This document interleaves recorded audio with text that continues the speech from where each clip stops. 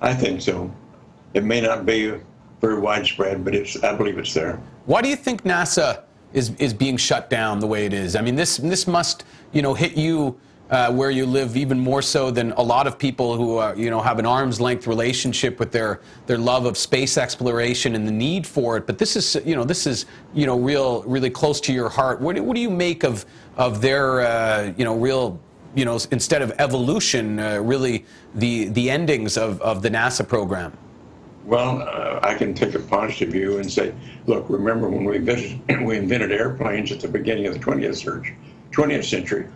By the 1920s, we had a fully functional airline industry.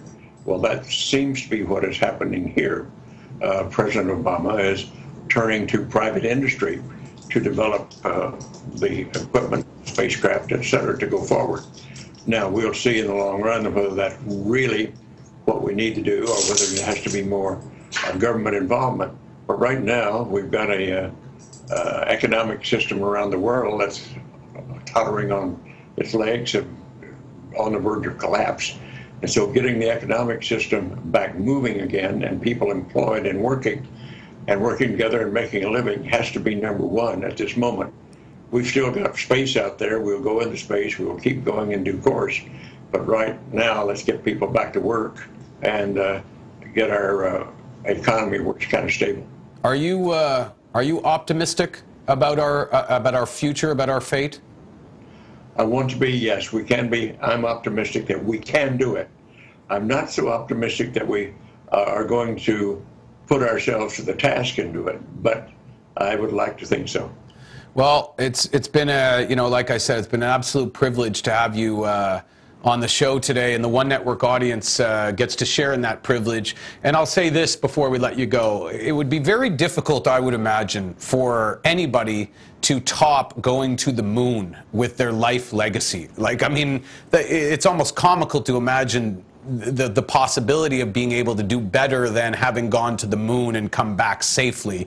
And you have managed to accomplish that in the next 40 years of your life. What you've managed to have the courage to do, to talk about not only something that can be marginalized and trivialized, and I'm not just talking about so much the idea of life outside of Earth, but even more importantly about sort of a revisiting, a redefining of what it means to be human as an interconnected, interdependent force rather than this illusion of separateness. And you've been doing that. You've been hard at work around it. You've dealt with critics, and you've persevered.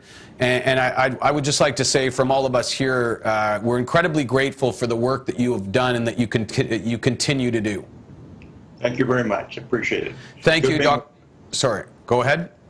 I said it's been good being with you. Okay, and hopefully we'll catch up down the line, and maybe one day we'll be talking about disclosure. Okay, no, good for you. That is Dr. Edgar Mitchell, and again, like I said, that's not a platitude. It's pretty impossible almost to be able to top going to the moon, and I wouldn't want to marginalize what other people have done. Interestingly enough, Neil Armstrong, the man that walked first on the moon, has been essentially a hermit after that incredibly historic moment, has really removed himself from the public, doesn't do interviews. Buzz Aldrin, on the other hand, recently on Dancing with the Stars, I think he was in the recent Transformers movie, and has been a pretty public figure, since his historic time in 1969. But from my perspective, what Edgar Mitchell has done, because it took more, courage at the end of the day to be able to not only as a man of science and as a military man to talk about consciousness and this, this feeling of oneness with everything that essentially was catalyzed by his incredible, perspective, rare perspective of seeing the Earth from, outside, but also that he's managed to persevere through, again, criticism and obstacles to spread the word and found things like the Institute of Noetic Sciences.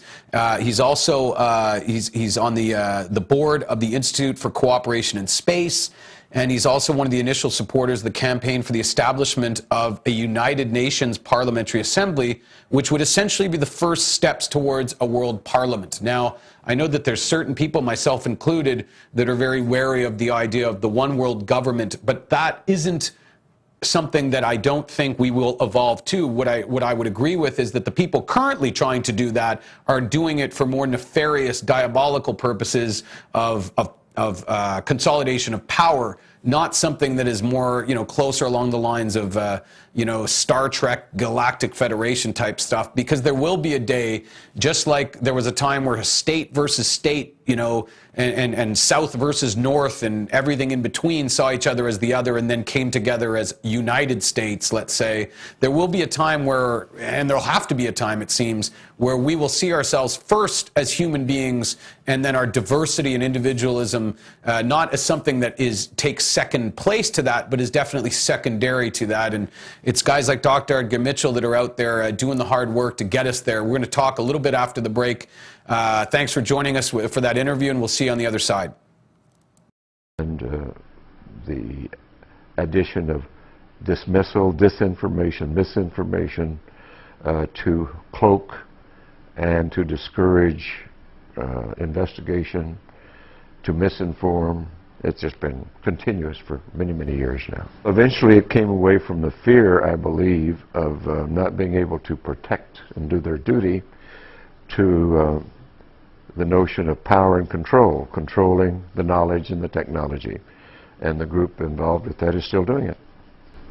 We have created our reality here, and we have created it right now rather badly, for it's not a sustainable reality. We have created, with our science and technology, instead of using it for the greater good, it's been captured by interest, greed, self-service, which is rife. And instead of using it, all of our technology and our brilliance and genius for greater good, we use it for self-service. And that's not going to work. It's important that we look at our civilization, our place in history, use our tools of science for greater understanding, to promote the greater good. And that's what it's all about.